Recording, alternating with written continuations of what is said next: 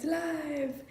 This is Ms.Carmina reads the channel, and this here is Ms.Carmina. Hi, everybody's welcome to listen on the live or on the replay.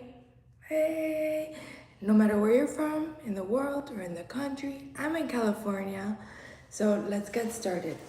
Today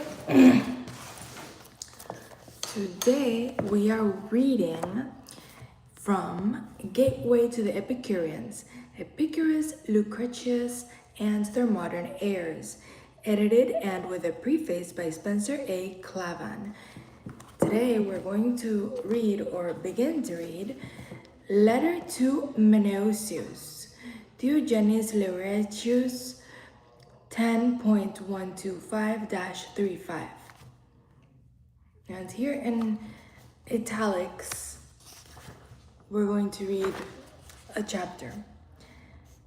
If there is a piece of writing, a paragraph in italics before we read the letter. If there is a piece of writing that has defined how Epicurus is remembered, it is probably this short letter. Here is where he lays out the consequences of atomic theory and materialism for daily life, proposing that the soul evaporates when the body expires, and so death is nothing to us.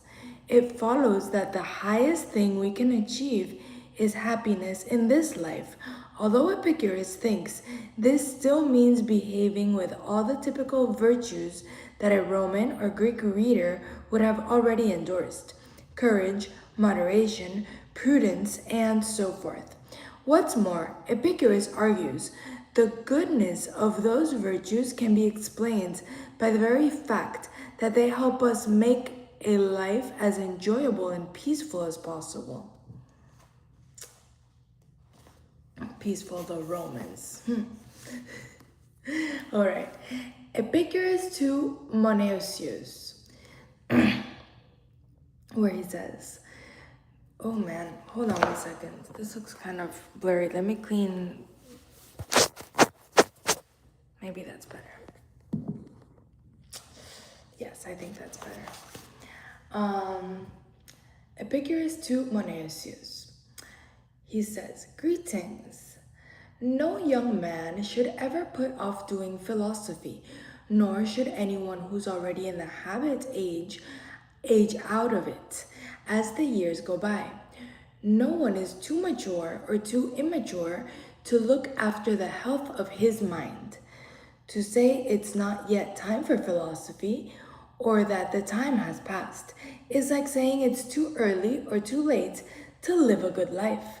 That's why it's essential for everyone, young and old, to do philosophy, so that a man may stay fresh in matters of quality as he ages, adorned with the grace of what's come before, and so that a young man may be wise beyond his years on account of his fearlessness as at what is to come. So we must take care to cultivate the good life.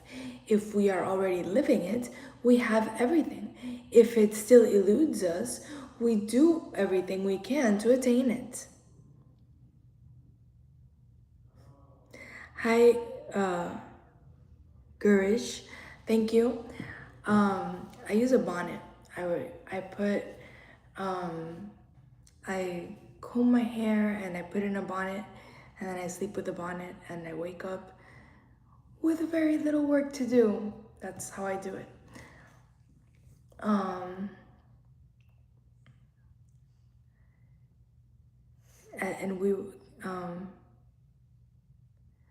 No, that's all right. You can see it enough like this. I'm going to continue reading. Take care that you persist in those practices that I constantly used to urge on you. Consider them the building blocks of living well. First of all, believe that every God is living, incorruptible, and blessedly happy.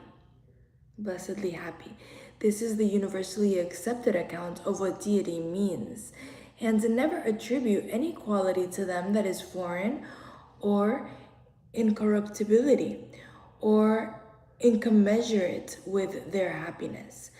You should believe whatever enables them to retain the bliss that comes with being incorruptible. Gods exist, and our knowledge of that fact is manifestly clear, but they are nothing like what most people think of them, since most people don't even maintain consistent ideas about them. Impiety, impiety amounts not to denying what the general public believes about the gods, but to believing it. The assertions that people make about the gods are not innate convictions, but inaccurate assumptions, which teach them that the gods do harm to bad men and reward good men. This is because of their bias in favor of their own virtues. They readily embrace what is like them and are baffled by anything foreign. Oh my goodness.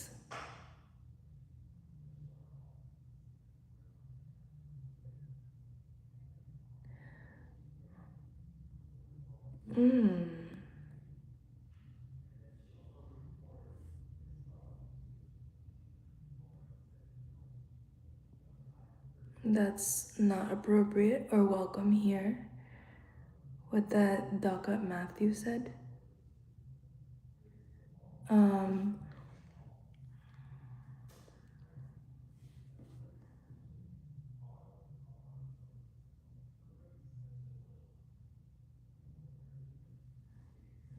All right, I will continue before I run out of time, all right? Anything foreign. Get used to believing that death is nothing to us.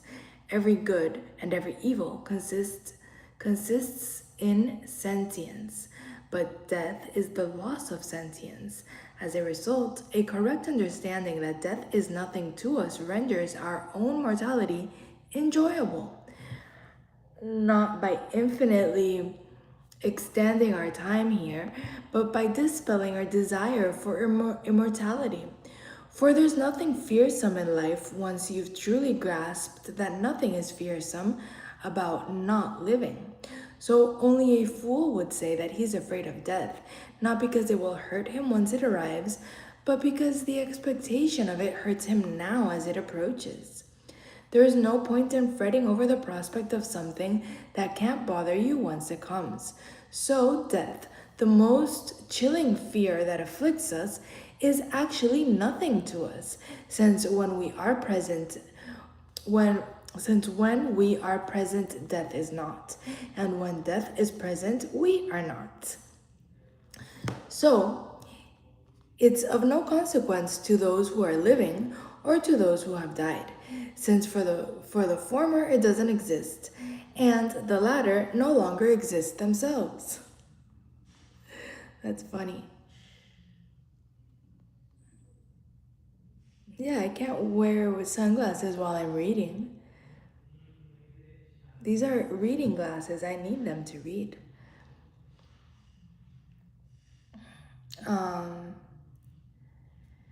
But the general public sometimes avoids death as if it were the supreme misfortune, while at other times they opt for it as a reprieve from the other misfortunes of life.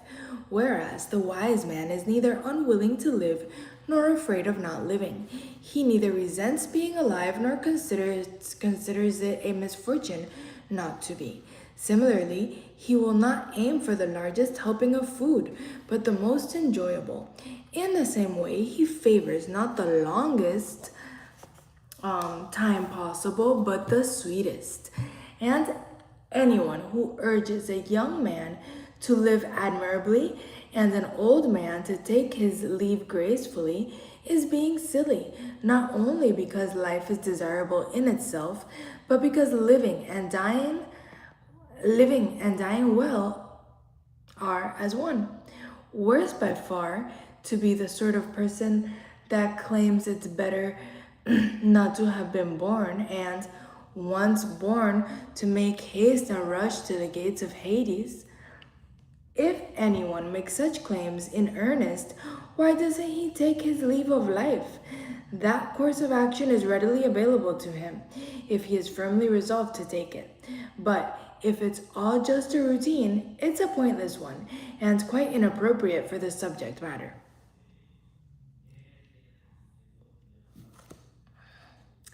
Let it be kept in mind that the future is neither entirely within nor entirely outside of our control. This way, we will neither await it with total certainty nor despair of it ever coming altogether. It should furthermore be reckoned that among our desires, some are neutral and some are fruitless. Of the natural ones, some are natural and some are fruitless. Of the natural ones, some are necessary and others merely natural. And of the necessary ones, some are necessary for our well-being, others for the comfort of our bodies, still others simply to sustain life. Unwavering contemplation of these things can inform every choice and aversion, directing them all towards the health of the body and the serenity of the mind, since this is the final goal of a blessed life. That's why we do everything, so that we will be neither afflicted nor troubled. And the moment this condition emerges in us, it parts the storm clouds of the soul, since there is nothing else left for our organism to go hunting after that would further complete the satisfaction of body or mind. For we only stand in need of pleasure when we are afflicted by the lack of it. When we are not afflicted, we feel no need for pleasure. And for this reason, we assert that pleasure is the source of And for this reason, we assert that pleasure is the source and purpose of a blessed life. It is the first good thing we know from birth, from which arises our every preference and aversion, and we return to it when we use experience as the standard against which we measure every value.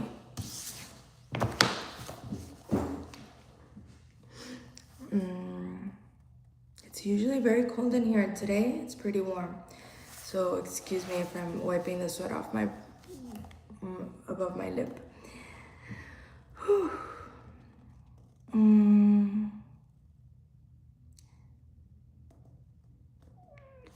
To the contrary, there are times when we forego many pleasures, since otherwise even greater discomfort would result from them. We also consider many afflictions preferable to pleasures, in all cases where a more intense pleasure will follow them after we have endured them for a long time. Every pleasure, then, is inherently good by reason of its natural attractiveness to us, but not all of them are advisable to pursue. And though every affliction is also bad, not all of them should be avoided. What is appropriate is to evaluate all of these things by weighing and considering pluses and minuses, for sometimes we treat a good thing as if it were evil, and vice versa.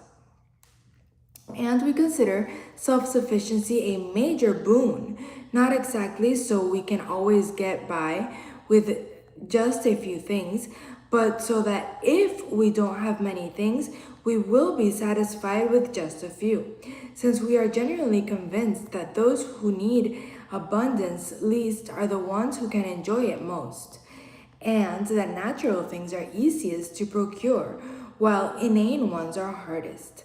After all, simple food gives just as much pleasure as an extravagant meal the moment that the pain of deprivation has been alleviated. And even plain barley cakes with water can furnish the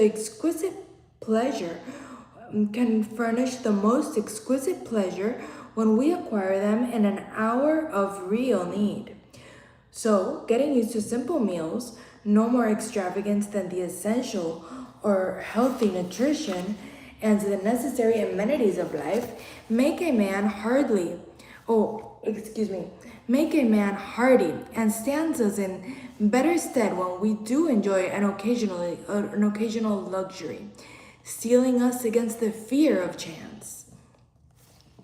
So then, When we say that pleasure is the end goal, we don't mean those pleasures enjoyed in reckless abandon by those consumed with material delights as imagined by certain ignorant people or those who dispute or misunderstand our position.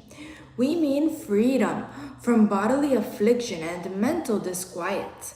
It's not constant drinking and partying, and not the fleshly enjoyment of women or boys, nor the taste of fish and other delicacies offered by an overloaded table that creates a pleasurable life. It's sober reasoning and inspection of the cause of every choice of aversion, which dispels all the fanciful ideas that lead to the majority of all psychological disturbances. And the source of all this, the greatest good thing of all, is discernment, which is why discernment ranks even higher than philosophy, since it generates the rest of the virtues and teaches that living enjoyably is impossible without living prudently, nobly, and righteously. Nor is living prudently, nobly, and righteously possible without living enjoyably. The virtues and the life of pleasure are twins from birth, and pleasure living is inseparable from the virtues. Who do you think could be superior to a man that believes holy things about the gods and remains unafraid of death in all circumstances? He has factored in the end goal of nature, seeing that the maximum limit of those good things necessary and conductive to well-being is within reach, and that misfortune is either fleeting in duration or moderate in severity, and laughing at the idea, quite common among some people, that fate is the master of everything. He believes instead that some things are a consequence of chance and others are up to us. He can see that necessity is impossible to avert and luck is constantly changing, whereas we are sovereign over whatever is up to us, and that is the only domain in which moral censure or its opposites can apply. It would be better to believe the stories they tell about gods than to submit to the determinism of fate proposed by natural philosophers. The former holds out hope for divine mercy by way of honors and supplications. The latter posts that fate is impossible to supplicate, nor does he think fate is good. Nor does he think fate is God, as the general public does, since nothing disordered can be done by the hand of God, nor that fate is an uncertain cause. He does not think fate provides anything, either good or bad, that will furnish mankind with a happy life, though it may orchestrate major advantages and disadvantages in our initial circumstances. The right-thinking man believes that bad luck with understanding is better than good luck without it, since it is better if what is judged noble in our actions is not worked out by chance. That's an interesting point. I'll read it again. The right-thinking man believes that bad luck with understanding is better than good luck without it, since it is better if what is judged noble in our actions is not worked out by chance. So then, see that you studiously practice these and all related attitudes day and night, alone and with a like-minded companion, and you will never be alarmed by visions or dreams. You will live instead like a god among men, for a man who lives with immortal prizes is like no living mortal. And that is the end. We will commence part 2 the next time we read this book. Thank you for reading with me, readers and scholars. I love you all. I hope you are safe, and I hope I will see you soon. Oh, wait. I have not done a call to action all video.